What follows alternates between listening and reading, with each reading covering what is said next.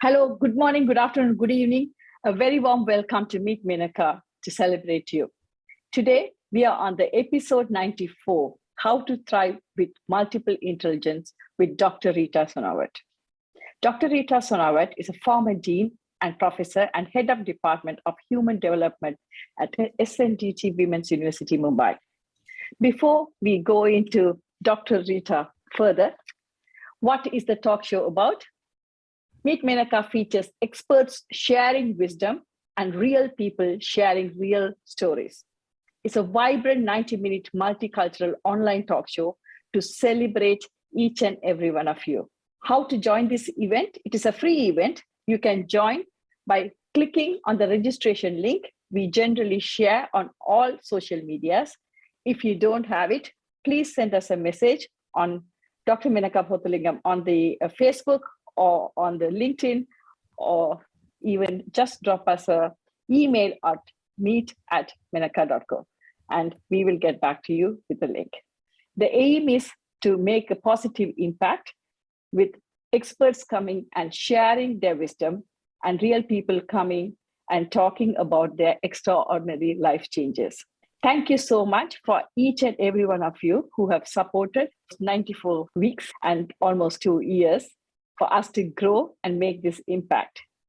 Please do help us by subscribing to the YouTube channel MeetMenaca to make an even bigger impact across the globe.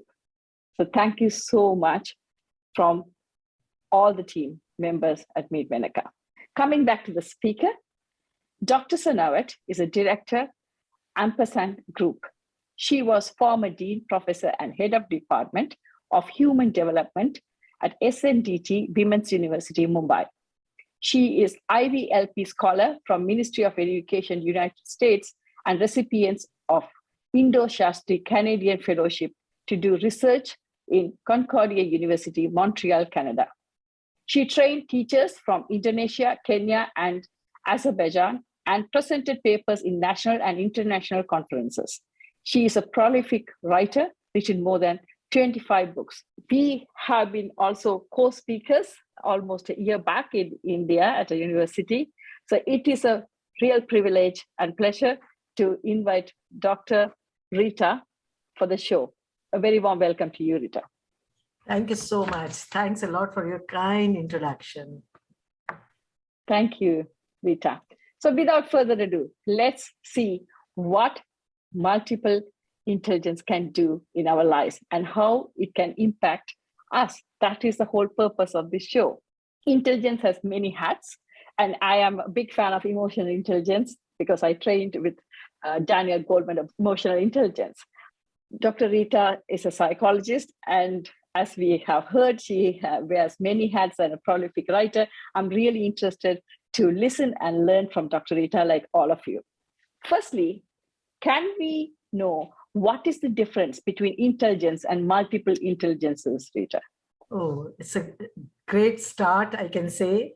Thank you so much, Menaca, for this question. And most welcome all of you, all the participants in this group.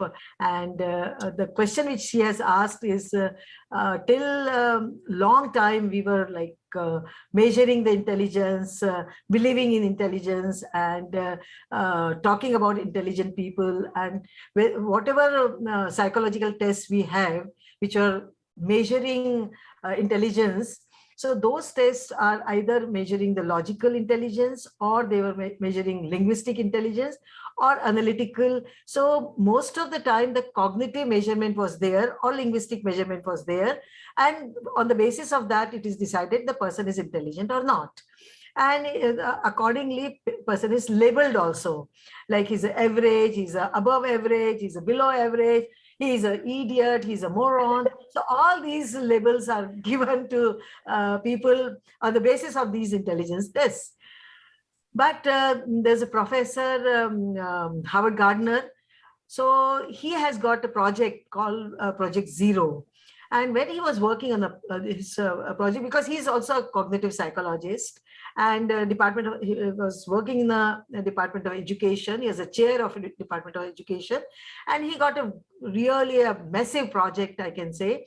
And for that, when he was collecting the data, he was seeing there are some students who are not so intelligent when it comes to the measuring intelligence test, but they are extraordinarily brilliant when it comes to the music, because they understand the music, they can make the lyrics, they can guide the music, they can tap if somewhere the music is going on.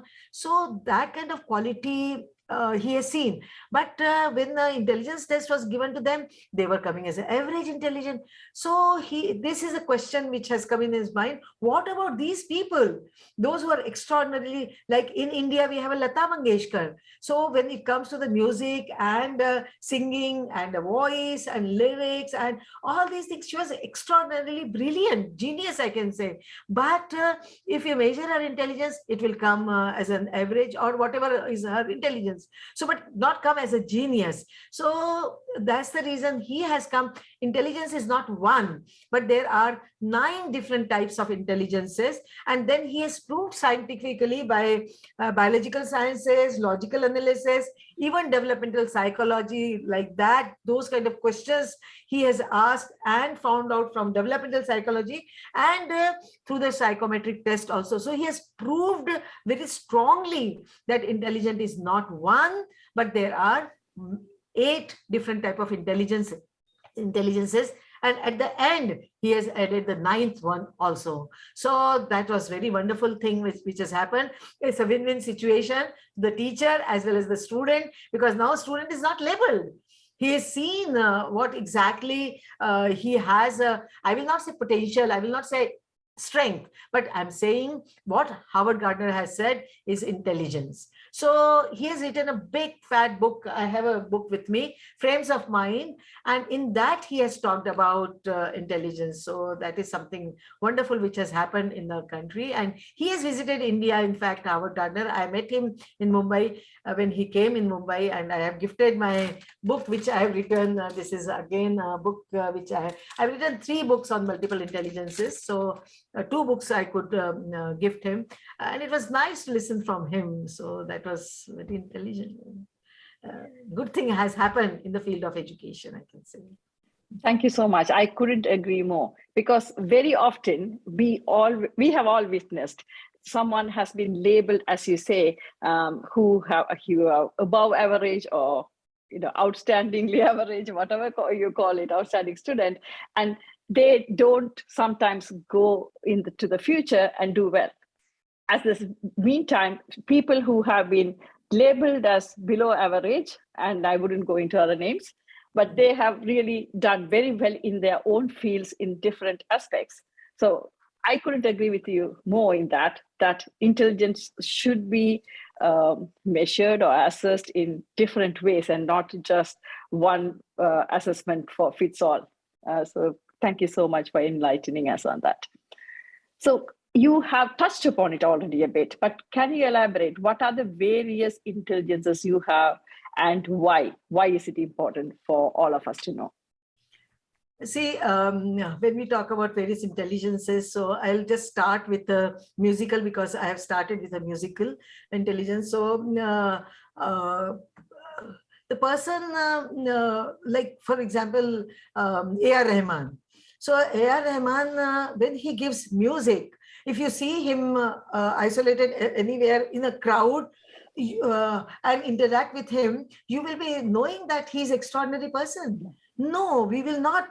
But when it comes to the music, and when he's on the musical platform, and then he's giving us the music of from various instruments, and each instrument looks like perfectly it is spaced in the right way. So that kind of thought is generated in the audience. So that kind of power he has, and so we can say he has a musical intelligence. Then the second intelligence is kinesthetic intelligence. So there are some people who are bodily very intelligent. And when I say bodily intelligent, it means their body is, they know exactly how their body function. And they know how much, if I bend, then what are the muscles which are involved, and if I bend more, then what will happen to me. And so these are the people who are like Sachin Tendulkar. So he is a kinesthetic, so he can exercise, bodily exercise, he can do hours together. And he was exactly knowing when the ball was coming from front, he was knowing how he will be playing with the ball. So it's not like ball has come and then he has thought.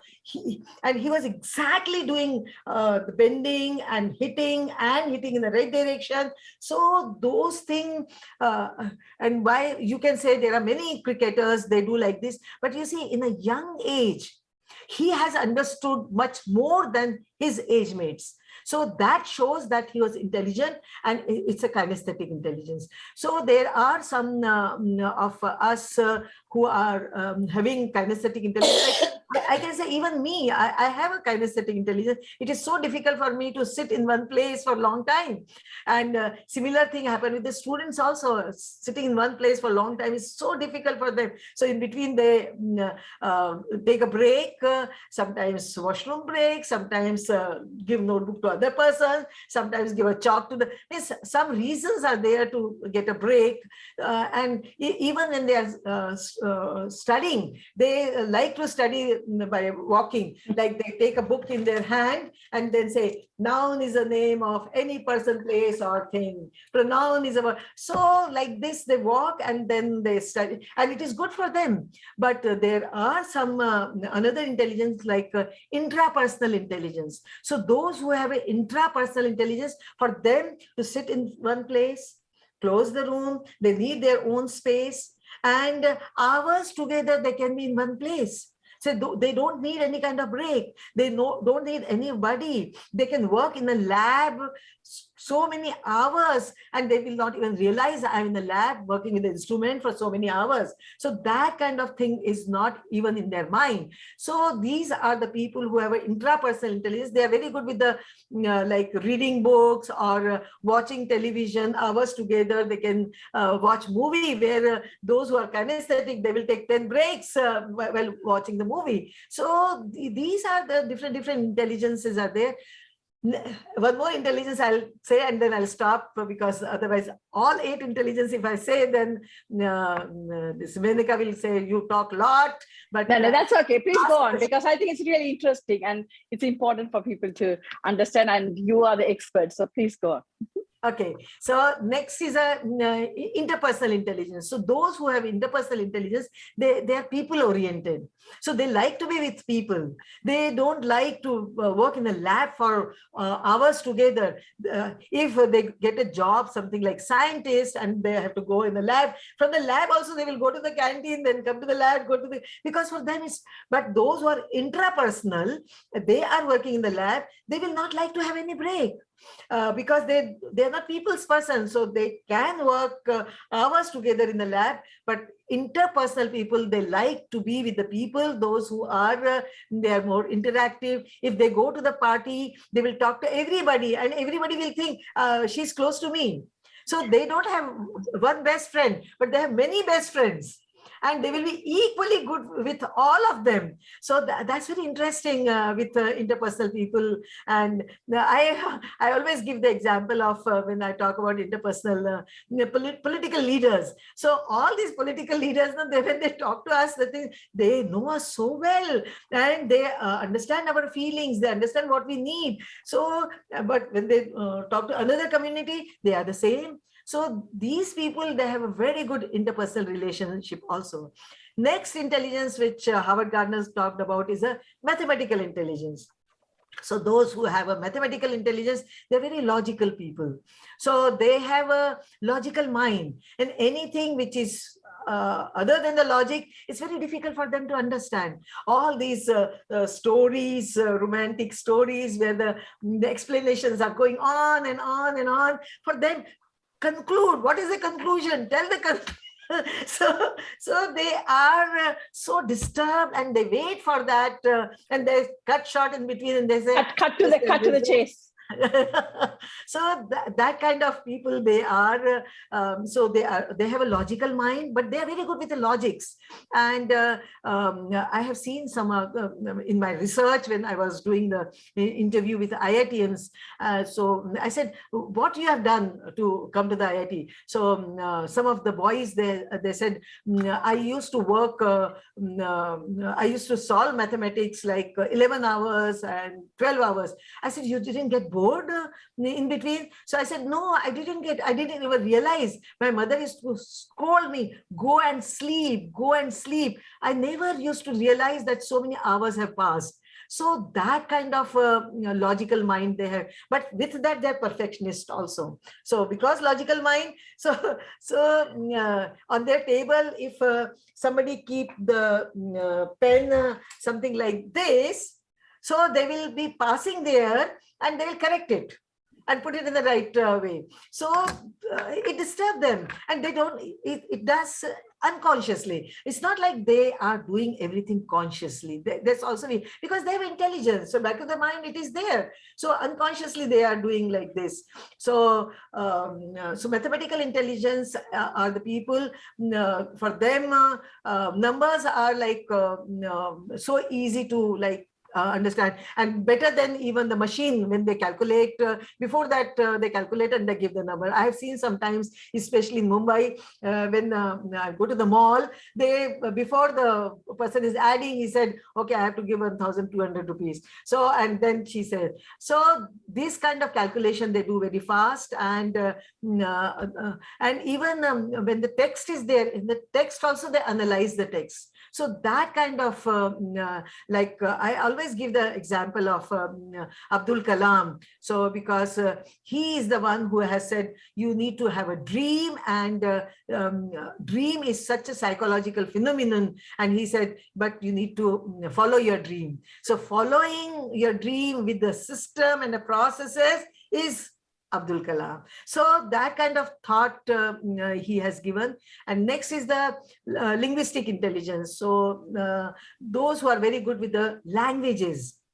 So these linguistic intelligent people are, you don't have to give them the text. They love to talk. They love to talk to anybody. And for them, it's not a problem to talk to the person are from different caste, creed, religion, color, anybody.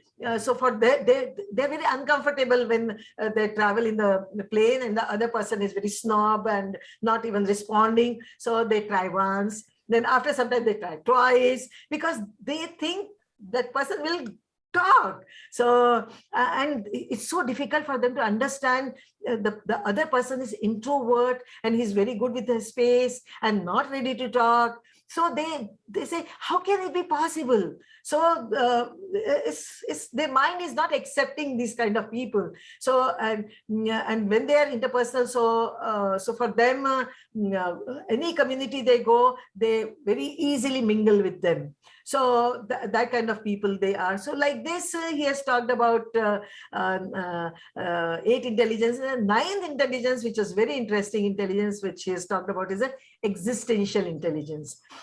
So there are people who have a very abstract philosophical thought process. So when I say philosophical thought process, what I mean here is these are the people who have a question: what happened after the death? What happened to the soul, where the soul is?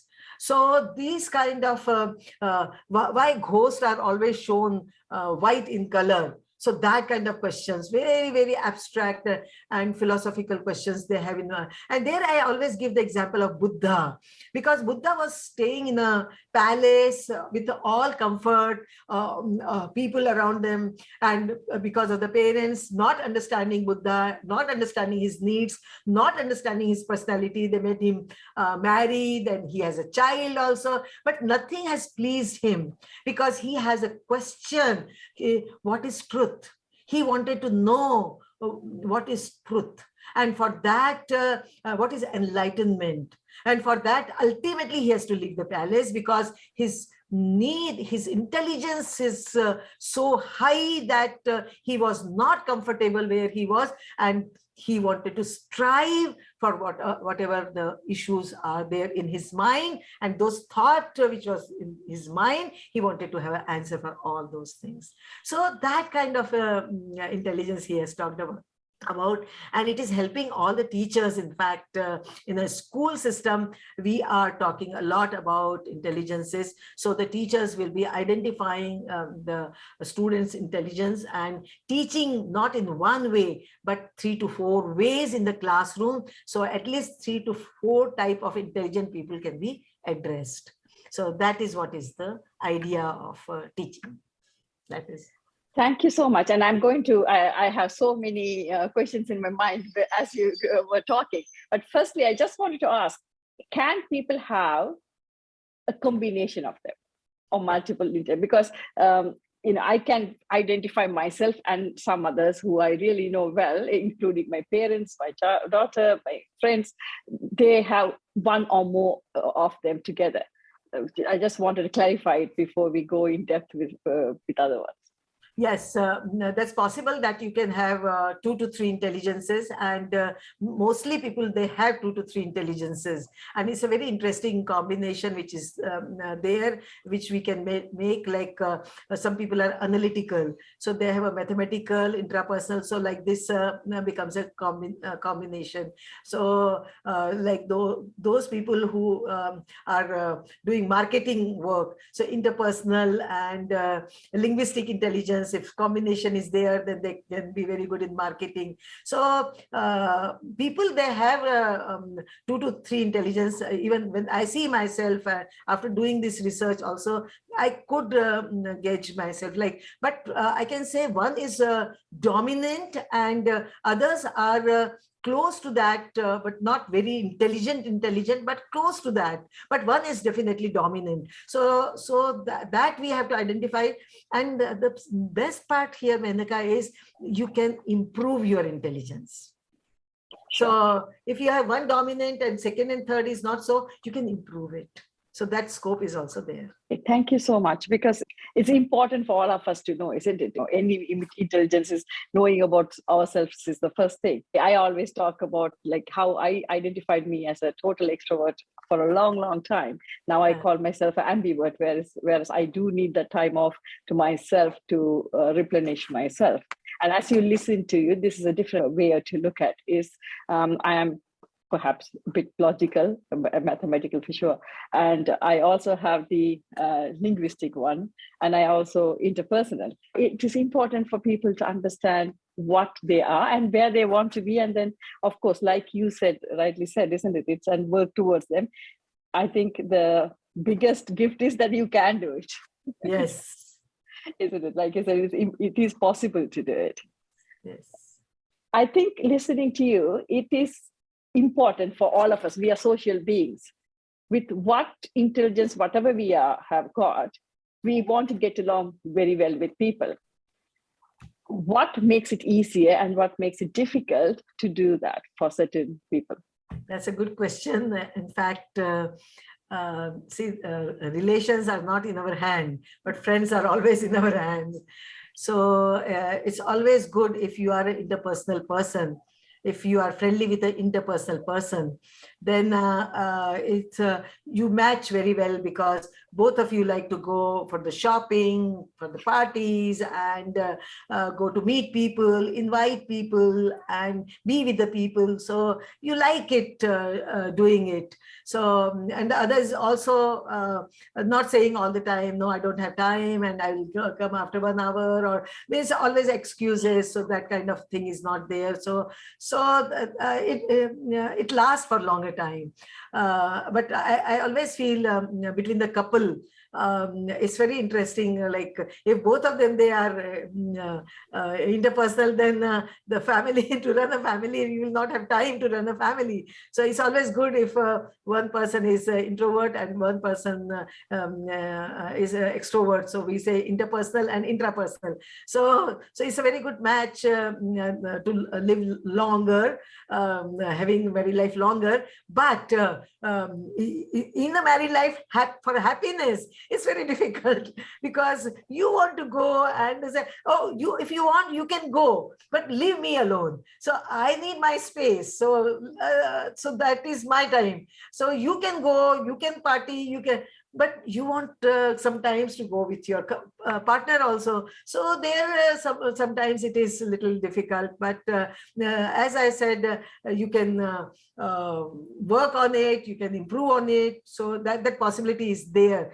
So if you can work on it and bring the other person also little bit more, cannot be like you, but little bit more, then the relationship can be better. That is about the relationship. But in the job, if you see, we talk about job satisfaction, and we have a lot of psychometric tests on job satisfaction. But imagine the person is a intrapersonal and he got a job, sales and marketing. Do you think he'll be successful? No.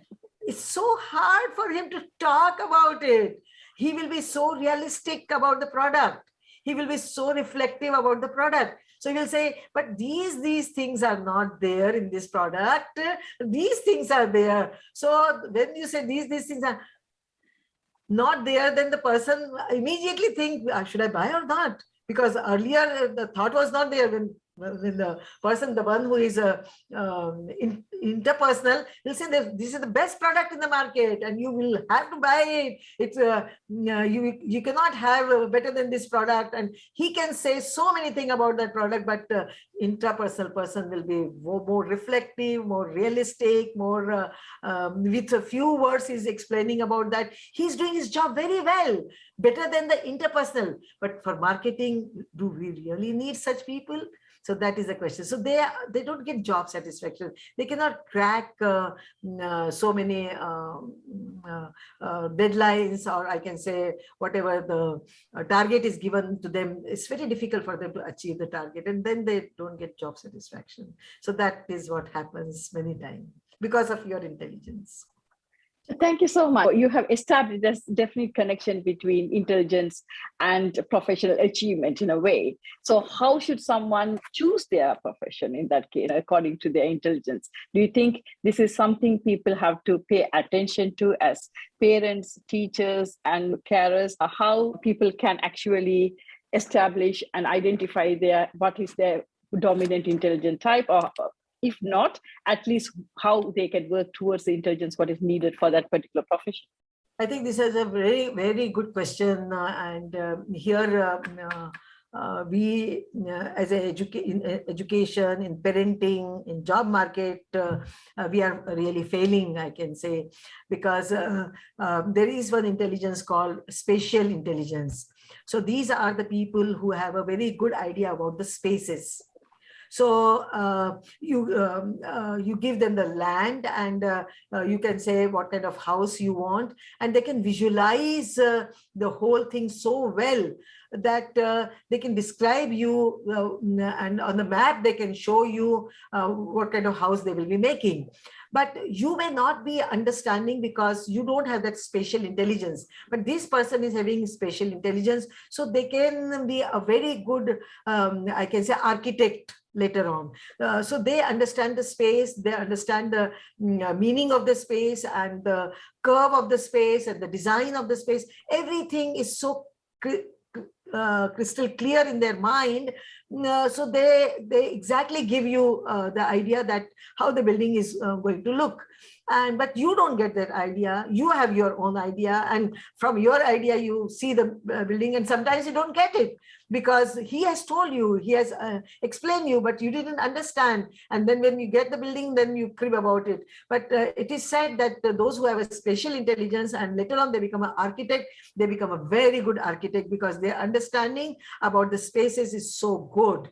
Or they can become a very good pilot because the spatial mapping is they understand very well. So in a job market, they according to intelligence, if you choose your subject and choose your profession, then you will be successful.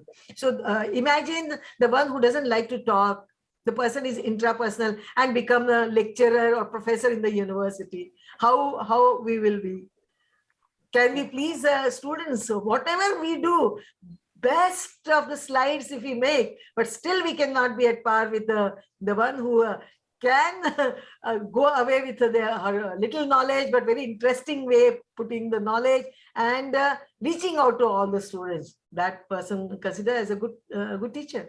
Thank you. It really makes sense, isn't it? My dentist background, or a lot of doctors on the platform, they not only need interpersonal intelligence, but they also need the linguistic intelligence, for example, or they do need the mathematical or logistic intelligence to plan a treatment, right? To know what is the problem, to diagnose it, to come up with different options. I think it will be really good for the schools to identify this early, and as parents to be proactive and know these things, and to get those resources for those children, because most of us, including myself, and my daughter was very young, we don't think about these things so much. I think the next generations hopefully will harness on these things early on and make a difference. So thank you so much for that. So you have addressed 3 professions. You said about the doctor, and we have in Mumbai, there is a medical college called JJ Medical College. And after they finish with their bachelor's, then they used to go for the internship. So before internship, the dean of the medical college used to invite me to talk on 2 topics. One is a communication skill, and second is interpersonal relation. And when I used to go and talk to I used to do a lot of activities on communication skills. And I was so surprised, because these are, you all of you are doctors, you people are so intelligent and so good in your profession. But then they used to realize, yeah, communication skills are so important, because I used to tell them, you write, you explain to the patient what has happened and what medicine they should be taking. Everything you explain. But patient goes to the chemist shop and asks the chemist. And the chemist, when explain them, then only they understand. From you, when you explain, they don't understand at all. So you need to question why it has happened. So that used to be my activity. So that is what about the doctor. Yeah. Then teacher, when you said that's so true, because teachers need to not teach in one way. That is a lecture method. She needs to teach in 2-3 ways, because nowadays audiovisual, because some students, they understand from the flow chart very well, but when you describe things, they don't understand. When you describe in India, in Indian population, the population of women is 47 and population of male is 53. So how many total population of male and female are there? If you explain them, they may not be understanding. But if you make a flow chart about male, female, and the number you write, so those who have a spatial intelligence, they will pick up very fast. So this is what teacher needs to do. She needs to teach in 3 to 4 ways. Sometimes with the musical intelligence also. You know, when Ashok Kumar, I was reading about one of the interviews. All of you know periodical table. And in India, you have to mug up the periodic. So it's so difficult. So what Ashok Kumar did, whole periodic table, he make it in a lyrics of a song, and he started singing. So twice he sung, and he memorized the whole table. So then in the class, he was talking about the table, and the teacher was so surprised that how he has got, because he used his musical intelligence to know the periodic table. So he learned very fast. So that is what is teachers.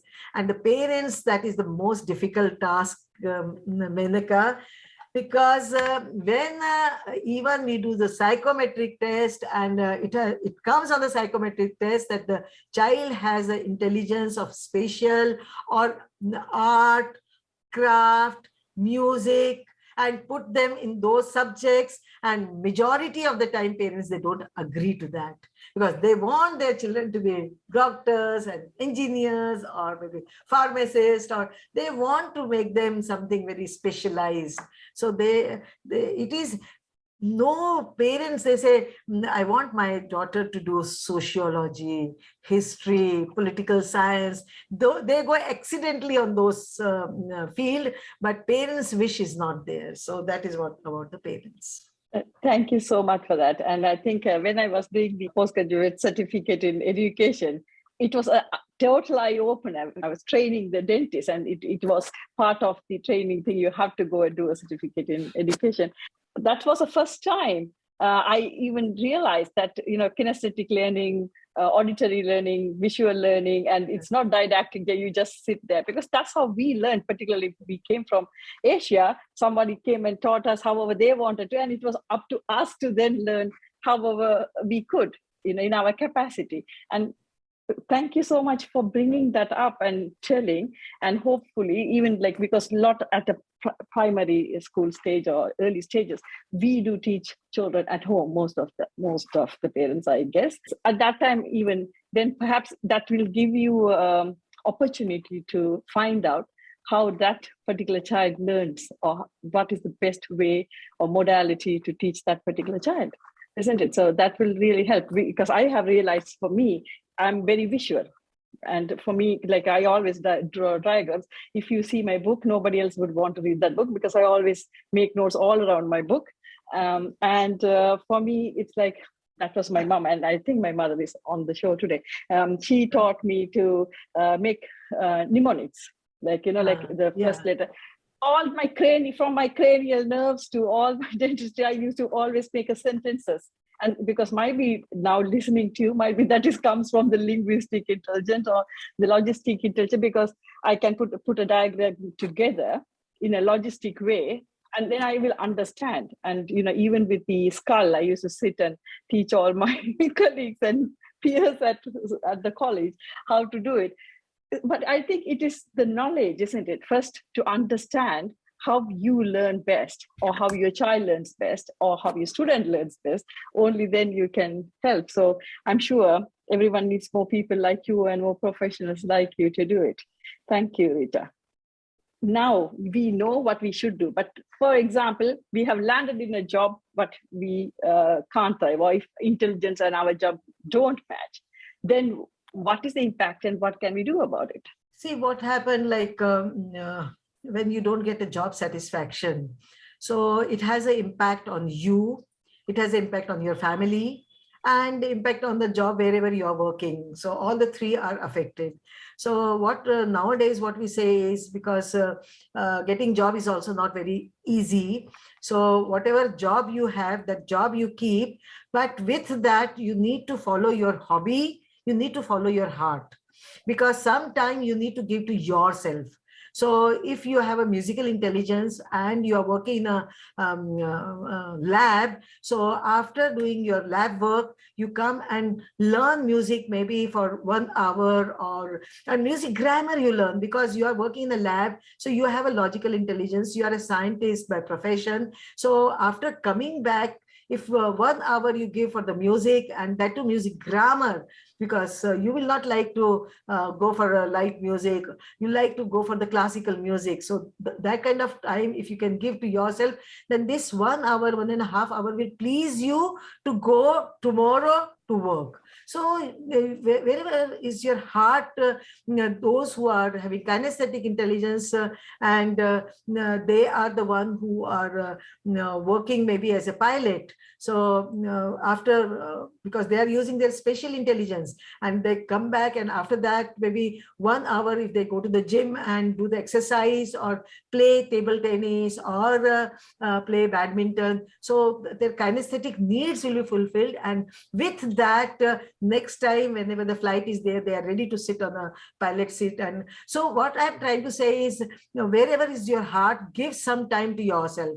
It's very important that follow your hobby, because at last your soul will be filled with that. Body can be filled with your job, whatever you are doing, and that is necessity, but it is, your soul will always be empty, and then you will not be getting the peace. So to get a peace, your soul should be fulfilled, and for that, follow your heart. is very important, and that will be best.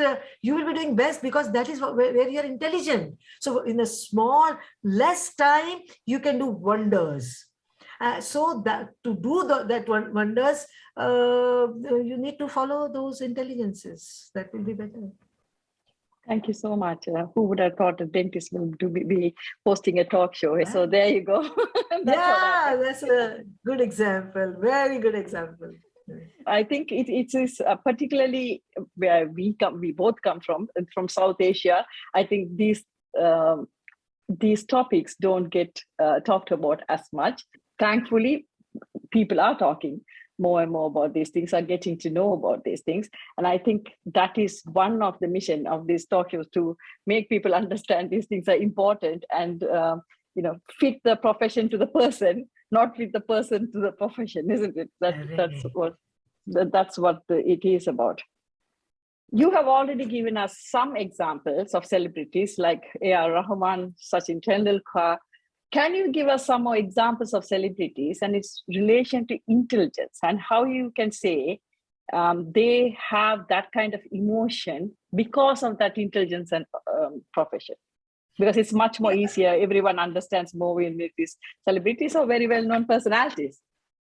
See, I will say for Amitabh Bachchan, I will say he is a very good, he has a linguistic intelligence, because when he is sitting on Kaun Banega Crorepati, so you see. By the way, for people who don't know Hindi, Kaun Banega, who wants to be a millionaire, Hindi version.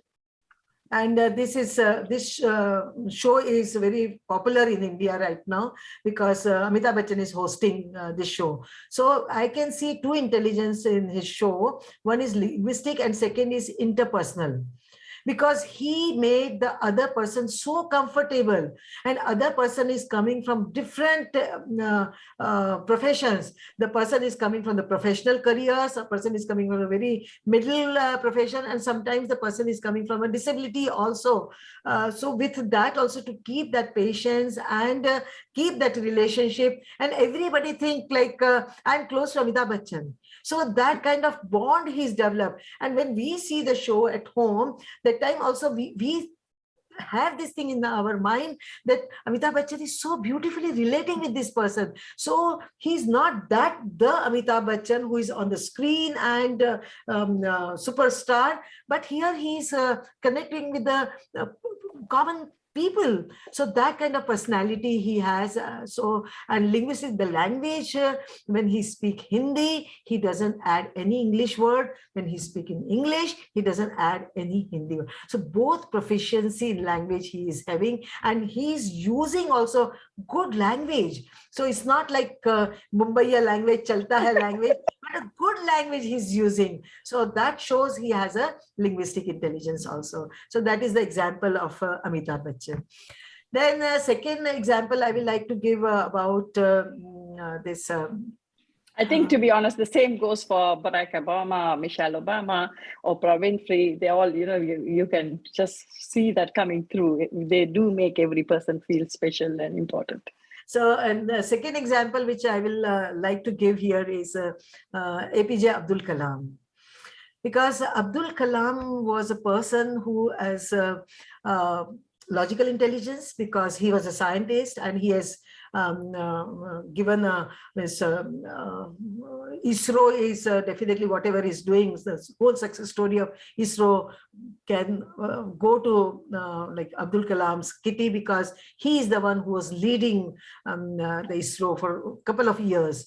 And second thing is he has with that the linguistic intelligence also, because he was not talking to the only scientists. Because we as a professor, many times we either present in international conferences or national conferences or scholarly lectures, and if you write also write scholarly articles. But to common people, to reach out to the common people and speak their language, So he used to go to the school and address to the school students, and school students could relate with him. So that kind of personality he had. So I can see the interpersonal relation in him with a logical intelligence. And with that, I personally feel he has a spatial intelligence also, because he was in a sector where which was not a sector of only making some science, fundamental science, but application-based science. So for spatial, you require the spatial intelligence, because 1 millimeter, 1 centimeter, micrometer also count a lot. So those kind of mathematical thing which is there, so that kind of a person. And it is said when he came to the president house, he came with a suitcase, and when he left with the same suitcase with the same number of items. So that kind of personality he had. All presidents were not like that. I don't want to name others, but that is what is that Abdul Kalam is all about. So these are certain personalities. And then I cannot leave Modi now, because current also I have to take. Modi has a linguistic intelligence, and very, very powerful linguistic intelligence, because he is the one who I have never seen even a pointer in his hand when he's talking 2 hours continuous with the data, with the statistics. And it's not like he's mixing the statistics. And he's talking about the statistics for the household thing, his statistics with the finance department and defense department. And you see how he is when he's speaking, so he is relating to everybody. So that kind of a linguistic power he had. And even the language, see, he has come from Gujarat, and he has come from a humble background, so he must be speaking Gujarati only. But you see, when he speaks Hindi, his Hindi is so good, where the accent of Gujarati is also not seen, which is normally happen in India. You have that accent, and very heavy accent. So that is also not there. So you can improve only when you have that intelligence. So that is what is all about Modi. Thank you so much. It is really powerful, and people who want to go and look at those people, please do. I'm sure, hopefully, people will know the big B, Amitabh Bachchan, and at least Abdul Kalam. He's not only a great scientist and a president, he's a great human being as well. So I think it's definitely worth knowing about him. Thank you. Next week, we'll be talking about servant leadership. A bit was from his scientific days. It is also, I think, when any failures, he took responsibility. When any successes, he always gave the credit to other people. Not many people can do it. Politicians can definitely learn from that. Thank you. Today's politicians, I guess. Thank you so much. I'm sure we have established intelligence and multiple intelligences is important in our professional careers, in our day-to-day jobs. In family relationships, also intelligence will help. You have already touched upon a bit about one being intrapersonal, one being interpersonal. How can learning and honing about multiple intelligence help in family relationships, please, Rita? Yeah, actually, in a family, what we don't do is first thing is we don't understand each other. We see in a family from our own frame of reference. We have very strong our own frame of reference, and that frame of reference, many times our family members, our society, our neighborhood, everybody is somehow accepting that frame of reference. So it becomes a strong in your mind also that this is the frame of reference, and we have to go with this reference only, because this is only acceptable way. So there are many ways and many innovative ways of having a family. Like I'll give you the one family where the women, she is single mother, she's adopted a son, and she has 2 dogs. So these are the 4 human and animal are staying in a family, and that is a family. So when we are teaching about the family and we are talking about the family, discussing about the family, where we are talking about this kind of alternate families are also there. is possible. So what happens if this kind of families are there? We don't accept them. They are very happy in their context, in their life, and they are doing very well. They don't have any problem, but we have a problem to accept them. So our understanding about the human being, for that, we need to know a lot about psychological theories, I can say. What I'm trying to say is, one thing is we don't understand our own people in the family. That is one. Second thing is, if they are very different than us in behavior, in personality, in their liking, in their job, in their package, in their relationship with their friends. So all these things are so different, then it's so hard for us to accept. So imagine you are living in a society, and very, very close-knit society where everybody knows each other. Like in India or maybe Southeast Asia, it happens. Not maybe in London, it's not there, but in Mumbai also it's not there, but still in some pockets it has impact. And your child is coming with her friends which are not acceptable to the society. So because they have tattoos in their body, or they have colored their hair red or blue or green in color, and she's walking with them. So what happened? Everybody has an eye on that. And then it's a talk of the town. Then it doesn't over there. Then somehow directly, indirectly, they'll reach you. By saying, and they will ask why she's entertaining such people, she should not.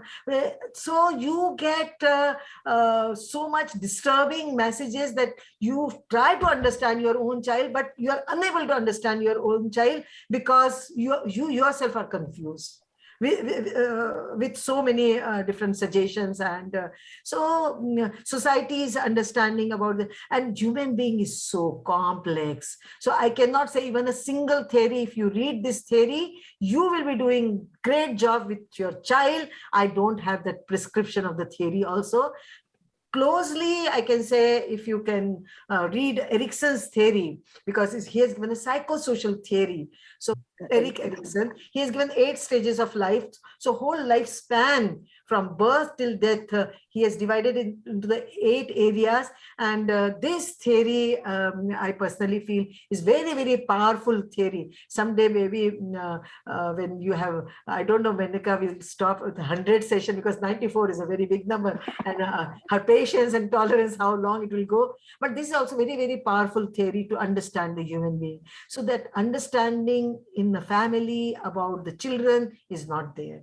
The second thing is relating. So we relate always with our context. So we say we have a sympathy, empathy, intelligence, everything is there. But when we are relating with the child, you need to understand the child's context. From there, the child is coming from. And you is not able to relate with the child because your context of so many years context is not allowing you to relate with that level or that kind of understanding. So that is another thing which comes into the picture. And third thing is where I can say, give space to the child. Because if you have space, you have a time, you have a monetary, you're strong, give space to the child, because sometime child also need, or your adolescent also need to experiment. And the learning by themselves is a strong learning rather than your lectures, your thought. I'll give you a very small example here, Menaca. This is a very, very personal example which I'm sharing with you, which I've heard very recently. Is a child somehow reached to her first aunt's place after 17 years.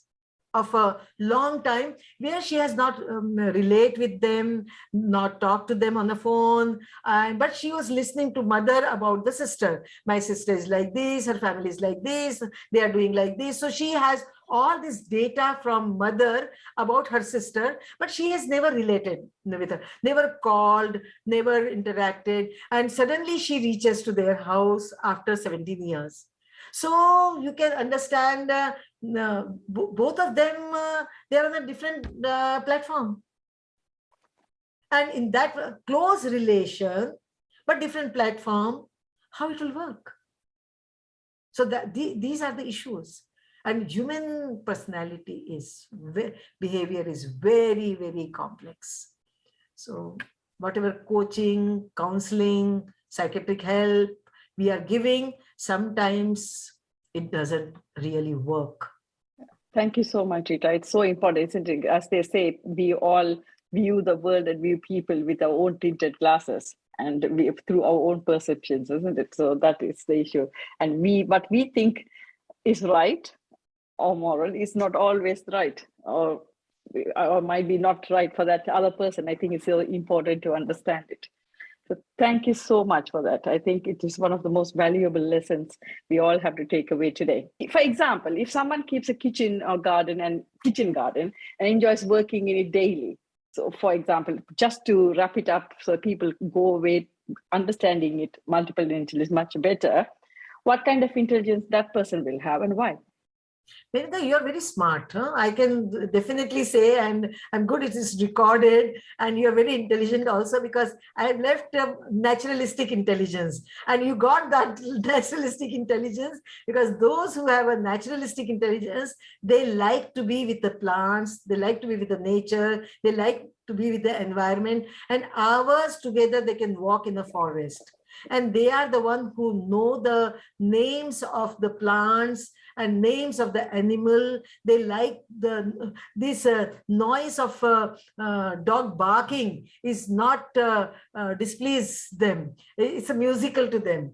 For others, it's barking. For them, it's a musical. So they really love to be with an animal, and they like the smell of the forest, smell of the dry leaves. And when you are walking on the leaf, that the noise which makes, they love that noise also. So they can become a very good botanist or zoologist, and they can work underwater, and that is their passion, to see the animals, those who are underwater, how they look differently. And they can identify the plants also, where the leaf is just different in color, different in shape, different in size. So they can identify, but this is not like that. The smell is the same, but the shape is different. So the minutest of the detail, they go and they get the understanding of that. So these are the people who got a naturalistic intelligence, Menaca.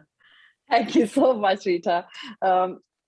Okay, we are almost coming to the end of the show. Please hold on, because you will all get a chance to ask the questions yourself to Rita later. What are the 5 must remember about multiple intelligences for all our audiences, Rita? What is the 5 things you will say someone they have to remember, they must remember about multiple intelligence, or they should know about it? The first thing you must remember, that there is something like multiple intelligences, because you cannot be seeing everybody with the one IQ, and with the IQ of formula, mental age upon chronological age into 100, and that formula is giving us the intelligence, and that is all about it. It is not a win-win situation, it's a win-lose situation. So one thing is that. Second thing is the whole theory has come from the research, and intensive research, I can say, where not many people were involved, and huge data was collected, and very serious statistical analysis is done. Serious psychometric tests were followed. So standardized tests were followed. So after doing this whole thing, then come out with this. So there is a scientific background to come out with this intelligence. That is the second point. Third point is these intelligence help the person when they take a interview or in a job market to select the people, or to give them the task. Even if somebody else is selected, now they are working in your team. So according to their liking, if you give them the task, then your job will be done faster. So that is what is the third thing. Fourth thing is even when you are making a relationship, even your relationship, which is a close relationship, that time also, if you keep the intelligence in mind and then go for the relationship, then it will be better for you. So that is the fourth thing. And fifth thing is follow your heart, follow your soul, and please please your soul, because your soul will be happy only when you are giving food of the intelligence which it wants. So if you have a kinesthetic, play and make yourself happy, so next job happily you can do it. So that is what is the... Thank you so much, Rita. I think the last thing is so important. Only happy people can make other people happy. If you are unhappy yourself, then no way you can make other people happy. It takes a lifetime for us to learn that, though. My next question is, how has been your experience with the talk show? I have known you for a long time, but this is the first time you have come on the talk show. The experience, I'll say, it's a really a very good experience, because if I would have talked about it with my PowerPoint and showed you all the intelligence and the characteristics of intelligence, and talk about how it is benefiting, and give you a lot of celebrities pictures and made it very interesting, I would have said it would not have been that interesting the way this interactive session is. So I personally feel this is a very powerful way of making a webinar a success. So it's very good. Thank you. Thank you so much. It means a lot coming from you. I know you do lots of international presentations. So thank you so much. A huge thank you for you, Rita. Please hold on. We will be coming back to you to ask the questions. Following tradition, I am going to introduce the next session. Our episode 95 will be the Developing the Mindset for a Fulfilling Life with Raman Velu. He is a real estate entrepreneur and a life coach. He has a degree in instrumentation engineering and a master's degree in business administration.